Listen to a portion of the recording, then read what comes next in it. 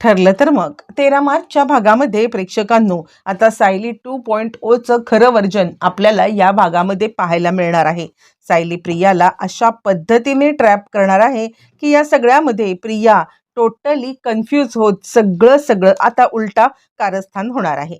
इकडे आता आपण पाहतोय की सायली सांगत आहे की प्रिया नाटक करते आणि तिला असं वाटत आहे की या नाटकाला घरची लोक फसतायत। आता घरचे पण नाटक करतायत ही गोष्ट तिला कुठे माहिती आहे, पण ठीक आहे, तिला आता काही सांगण्याची गरज नाहीये, तर आपण पण तिच्या नाटकामध्ये सामील व्हायचं आणि आता आपल्याला सुद्धा हे सगळं तिचं वागणं पटतंय असं दाखवायचं। अर्जुन म्हणतो पण तिला संशय येईल ना, यावरती सायली सांगते नाही तिला संशय येणार नाही ना, अशा प्रकारे हे सगळं आपण करायचं आहे। त्यावरती अर्जुन म्हणतो ते कसं? मग आता सायली त्याला आपला प्लॅन अशा पद्धतीने समजावून सांगते आणि अर्जुनला या सगळ्यामध्ये तो प्लॅन असा काही पटलेला आहे की अर्जुन म्हणतो अरे वा, हे तर खूपच छान आहे। प्रियाला जर का आपल्याला खरंच अडकवायचं असेल ना, तर हे आपल्याला उपयोगाला पडणार आहे असं म्हणत दोघांचं प्लॅनिंग ठरतं आणि दुसऱ्या दिवशी या प्लॅनिंगनुसार आता प्रियाला अडकवायचं त्यांचं ठरतं। बरं, तोपर्यंत सगळेजण डायनिंग टेबलवरती बसलेले आहेत आणि अस्मिता आलेली आहे।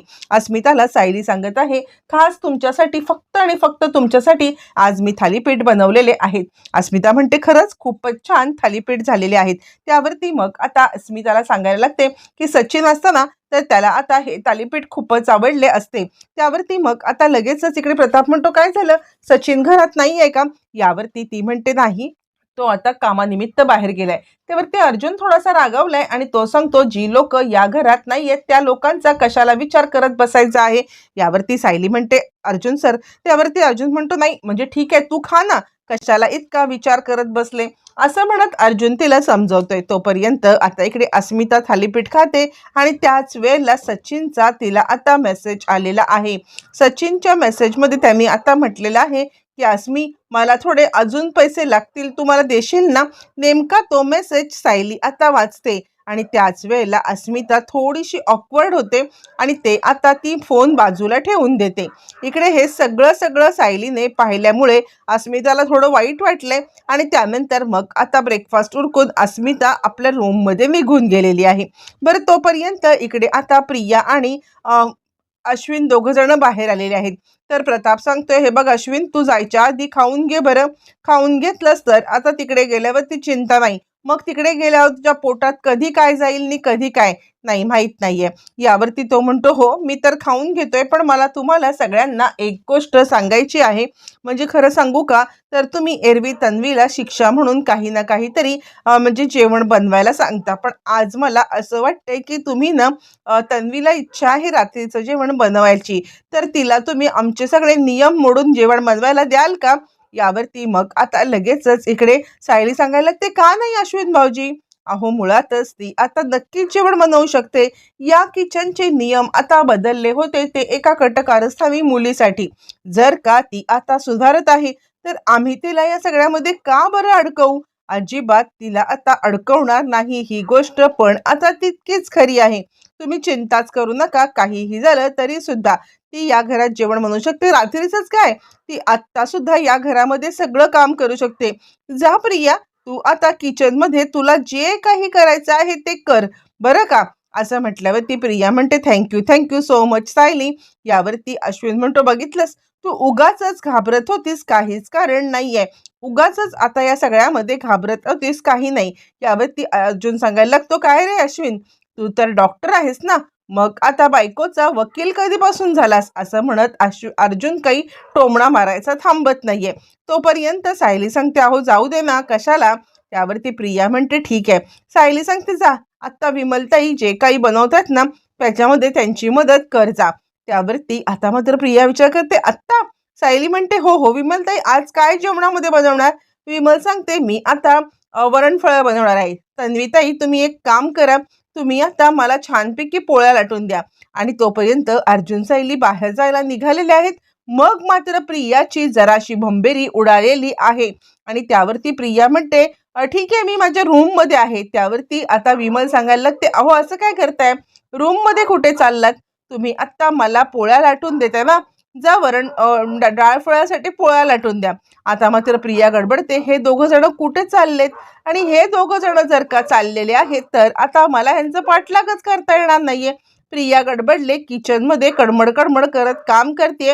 अर्जुन सायली बाहेर पडले, पण तिचा अर्धा जीव त्या किचनच्या बाहेरच लागलेला आहे की आता अर्जुन सायली काय करत असतील, किंवा आता अर्जुन सायली या सगळ्यामध्ये आता कुठे गेले असतील. शी उगाचच हा जेवणाचा घाट घातलाय, मला इथे अडकून पडायला लागले. आणि प्रिया किचन मध्ये आहे हे बघून अर्जुन आणि सायली बाहेर पडलेले आहेत. दोघ जण ज्या वेळेला बाहेर पडतात तोपर्यंत मग आता इकडे अर्जुन सांगायला लागतो, हे बघ, सदा आणि मैना यांच्या घराच्या जवळपास जी काही स्कूल आहेत ती शॉर्टलिस्ट केलेली आहेत. एकेका स्कूलमध्ये आपण आता जाऊन पाहायचं आहे की नक्की आता ह्या 5 जणी कुठे शिकत होत्या, काय शिकत होत्या. असं म्हणत काही 2 शाळा आहेत त्या नवीन सुरू झालेल्या असतात, पण बाकी शाळा जुन्याच असतात.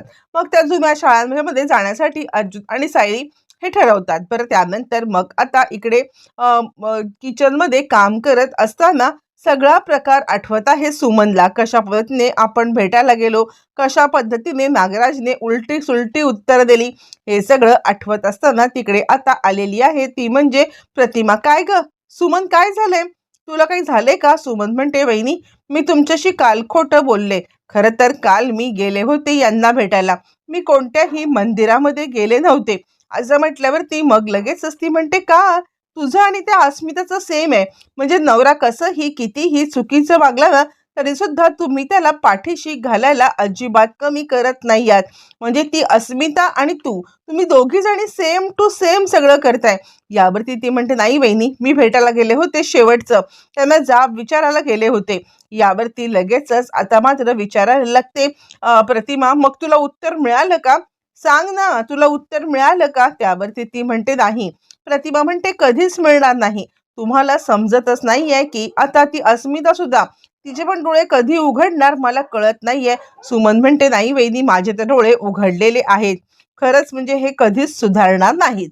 बरं, हे सगळं चालू असताना मग अर्जुन सायली एका स्कूलमध्ये आलेत आणि त्या स्कूलमधला सगळा बायोडेटा मागतायत.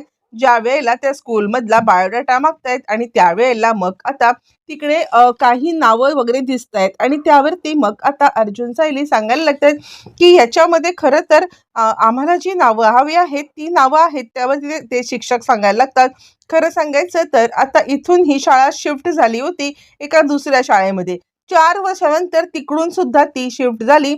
किसन म्हणून एक शाळा असते आणि तिथे इकडे किसन विद्यालयामध्ये. आणि त्यानंतर मग आता अर्जुन सायलीला ते सांगतात, तुम्हाला जो काही शोध पाहिजे आहे ना तो आता किसन विद्यालयात भेटेल. इथे आता सदा आणि मैना यांच्या 3 मुलींची नावं असतात, पण सोनाली आणि बबली यांचं काही नाव नसतं. मग किसन विद्यालयामध्ये काही माहिती मिळते का, यासाठी अर्जुन सायली आता किसन विद्यालयात जायला निघाले. इकडे आता प्रिया विचार करते, अरे देवा, काय करू जेणेकरून मला आता इथून सटकता येईल, काय करू जेणेकरून मी आता अर्जुन सायलीचा पाठलाग करू शकेन. असा विचार करत आता असतानाच ती आता इकडे तिकडे सगळीकडे सामान शोधायला लागते. कोणतं सामान संपलंय हे बघायला लागते. त्यावरती विमल म्हणते, काय शोधताय तुम्ही? त्यावरती ती म्हणते, नाही नाही, मला जे सामान पाहिजे ना ते शोधतेय.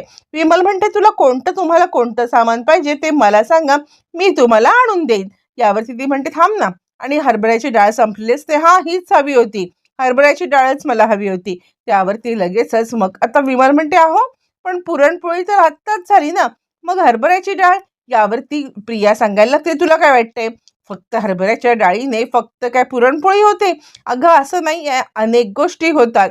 मग विमल म्हणते, तुम्हाला वाटली डाळ बनवायची आहे का? यावरती ती म्हणते, हो हो, तेच ते मी आणते. विमल थांब थांब म्हणे असेपर्यंत प्रिया निघून जाते आणि कंटिन्युअसली ती इकडे तिकडे सायली अर्जुनला शोधते, पण तिला सायली अर्जुन कुठे दिसत नाहीये. ती विचार करते, अरे देवा, हे सदा मैनाकडे गेले असतील का, म्हणून सदा मैनाला कॉल लावते. सदा मैना कॉल नाही उचलत. त्यावरती ती विचार करते, हे यांचं आता पैसे घेऊन झालेत ना, आता कशाला हे माझा कॉल उचलतील. असं ती म्हणत असताना अचानकपणे अर्जुन सायली त्या स्कूलमधून बाहेर आलेत आणि दुसऱ्या स्कूलमध्ये जायला निघालेले आहेत.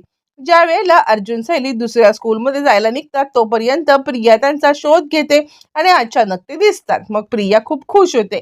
बरं, तोपर्यंत इकडे आता नागराज विचार करतोय की या माझ्या मूर्ख बायकोचा उपयोग करून घ्यायला पाहिजे, पण अजूनही ही माझी मूर्ख बायको मला आता या सगळ्यामध्ये मदत करेल का, असं मला वाटत तर नाहीये. यावरती ठीक आहे, एकदा काम करून तो बघतो. एकदा ह्या मूर्ख बायकोला जर का आता म्हणजे हे करण्याचं झालं तर नक्कीच बरं होईल असं म्हणत तो आता विचार करतोय. बरं हे सगळं झाल्यावरती तो विचार करतोय ठीक आहे, हिचा एकदा फायदा घ्यायचा, अजून आता विचार केला पाहिजे. कसा घ्यायचा, काय घ्यायचा हे आता जरा विचार करतो. तिला जरासं घोळात घेतलं ना, जरासं प्रेमात बोललं ना, तर नक्कीच आता ही मला काही ना काहीतरी माहिती सांगेल, असा आता तो विचार करतोय. त्याच वेळेला अर्जुन सायली प्रियाला दिसलेत. प्रिया खुश झाले, चला यांचा पाठलाग आपल्याला करता येईल. सायली आता इकडे बसल्यावरती अर्जुन आता त्या किसन विद्यालयात जायला निघालेला आहे. पण त्याच वेळेला अर्जुनला एक कॉल आलाय, सायलीला एक कॉल आलाय आणि सायली म्हणते अच्छा ओके ठीक आहे, आणि फोन ठेवल्यावरती सायली सांगायला लागते की प्रिया आपला पाठलाग करत आहे. त्यावरती लगेचच मग आता अर्जुन सांगतोय तुला काय मागे कॅमेरा डोळे लागले की काय, की घरामध्ये सीसीटीव्ही कॅमेरे बसवलेस. यावरती ती म्हणते मी घरात अख्खा एक सीसीटीव्ही कॅमेरा सोडून आले, आणि येताना विमलला तिने आता सगळ्या गोष्टी सांगून आलेली आहे. येताना विमलला तिने आता सगळं सांगितलंय की मला लगेचच कळवायचं आहे की आता प्रिया काय करते आणि काय नाही ते, आणि त्याचमुळे विमलने फोन करून ही गोष्ट कळवलेली आहे. मग आता सायली सांगते तुम्ही एक काम करायचं आहे, मी प्रियाला असं काही घोळामध्ये घेईन ना, आणि तिला गोल गोल घुमवून बरोबर सोडून देणार आहे. त्यामुळे तुम्ही तुमचं तोपर्यंत काम करा, मी प्रियाला बरोबर गोल घुमवते.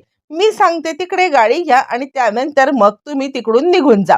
असं म्हटल्यावरती मग आता मार्केटमध्ये इकडे अर्जुन सायली आले ते बघून त्यांच्या पाठोपाठ प्रिया पण येते. मग आता सायली इकडे किराणा मालाच्या दुकानात जाण्याची ऍक्टिंग करते. प्रिया पण तिचा पाठलाग करत तिच्या आता मागे चाललेली आहे. ज्या वेळेला प्रिया तिचा पाठलाग करते तोपर्यंत मग आता इकडे सायली तिला गाठते. अगं प्रिया तू इथे. यावरती ती म्हणते अच्छा तू इकडे. अगं मी खरं तर घरातलं जे सामान संपले ना ते सामान घेण्यासाठी आले होते. यावरती सायली म्हणते अच्छा मी पण विचार करतेय की 15 दिवसाचं किराणा सामान घ्यावं, तर चल आपण दोघी जणी एकत्रितपणे 15 दिवसाचं सामान घेऊया. असं म्हटल्यावरती मग आता प्रेक्षकांनो लगेचच इकडे प्रिया हो नाही नाही हो असं म्हणत असतानाच अचानकपणे आता सगळ्या गोष्टी घडलेल्या आहेत. आणि त्यानंतर मग इकडे तोपर्यंत पुढे प्रियाला घेऊन सायली बरोबर रीतीने किराणा सामान खरेदी करत आहे. इकडे आता अस्मिता रूम मध्ये आले आणि सचिनचा फोन तिथे आहे, आणि सचिनचा फोन वाजतोय, आणि सचिन वॉशरूम मध्ये आहे. म्हणून ती फोन उचलते तर आता एक माणूस धमकी देतोय, आणि तो सांगायला लागलेला आहे की काय चाललंय, म्हणजे तू कधीपासून पैसे देतोयस दीक्षित, लवकरात लवकर माझे पैसे दे, नाही तर काही तुझं खरं नाहीये. तो सचिन तिकडे आलेला आहे, आणि अस्मिता म्हणते काय रे सचिन, अरे कुणाचा फोन, का बरं आता तुला असे फोन येत आहेत. यावर तो म्हणतो अगं नाही, हा रॉंग नंबर असेल, तो कोणतरी वेगळा दीक्षित असेल. असं म्हटल्यावरती इकडे अगं तो रॉंग नंबर आहे, तो कोणीतरी वेगळा दीक्षित असणार आहे, तो मी नाही ग, काहीतरी चुकीचं घडतंय. असं म्हटल्यावरती तो फोन घेतो, पण अस्मिताला संशय आलेला आहे. तोपर्यंत सायली आता इकडे प्रियाला सांगत आहे चल सामान घ्यायचंय ना, 15 दिवसाचं पटकन खरेदी करूया. ती किराणा सामानाच्या दुकानामध्ये जाते आणि आता भरपूर सारं सामान घेते. 2 ते 3 बॅगा भरून सामान आता होतं, आणि त्यानंतर बिलिंग काउंटरवरती आल्यावरती ती सांगते हे बघ हे इतकं बिल झालं पेड कर. प्रिया म्हणते म्हणजे हे बिल मी पेड करायचंय. यावरती सायली म्हणते अगं तू केलंस काय आणि मी केलं काय, आपण तर दोघी एकाच घरातले ना, करून टाक तू. आता प्रियाला चांगलाच भुर्दंड बसलेला आहे, आणि प्रिया या सगळ्यामध्ये आता टोटली कन्फ्यूज झालेली आहे. प्रिया आता विचार करते अरे देवा, म्हणजे आता एकतर हा भुर्दंड, आणि त्यानंतर मग सायली तिला 2-2 पिशव्या सामानाच्या उचलायला लावत आहे.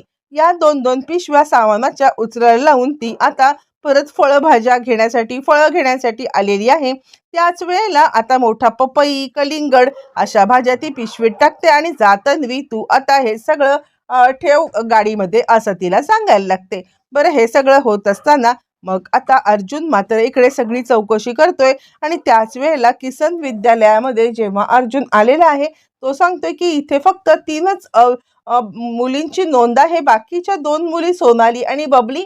त्यावरती मग तो पिऊन सांगतोय 1 मिनिट, या दोघी मोठ्या किंवा छोट्या होत्या का. यावरती अर्जुन म्हणतो सोनाली मोठी होती आणि आता बबली लहान. मग तो सांगायला लागतो की हे बघा म्हणजे जर का असं काही असेल ना, तर आता इथे फक्त तिसरी ते 7वी इतक्याच मुलींना ठेवण्यात आलं होतं. मग ती मोठी 7वीपेक्षा मोठी असेल आणि छोटी 3रीपेक्षा छोटी असेल, म्हणून त्यांना दुसऱ्या विद्यालयामध्ये इथे जानकीबाई विद्यालय आहे ना, तिकडे शिफ्ट करण्यात आलं असेल. अर्जुन म्हणतो, अच्छा जानकीबाई म्हणजे ते रोडच्या बाजूला आहे ते? यावरती तो पिऊन सांगतो, हो हो तेच. असं म्हटल्यावरती अर्जुनच्या लक्षात आलंय की आत्ता आपल्याला जानकीबाई विद्यालयात जायला पाहिजे. मग अर्जुन आता जानकीबाई विद्यालयात जायला निघालेला आहे. तोपर्यंत सायलीने सुद्धा प्रियाला चकवा देत ती आता जानकी विद्यालयात आले.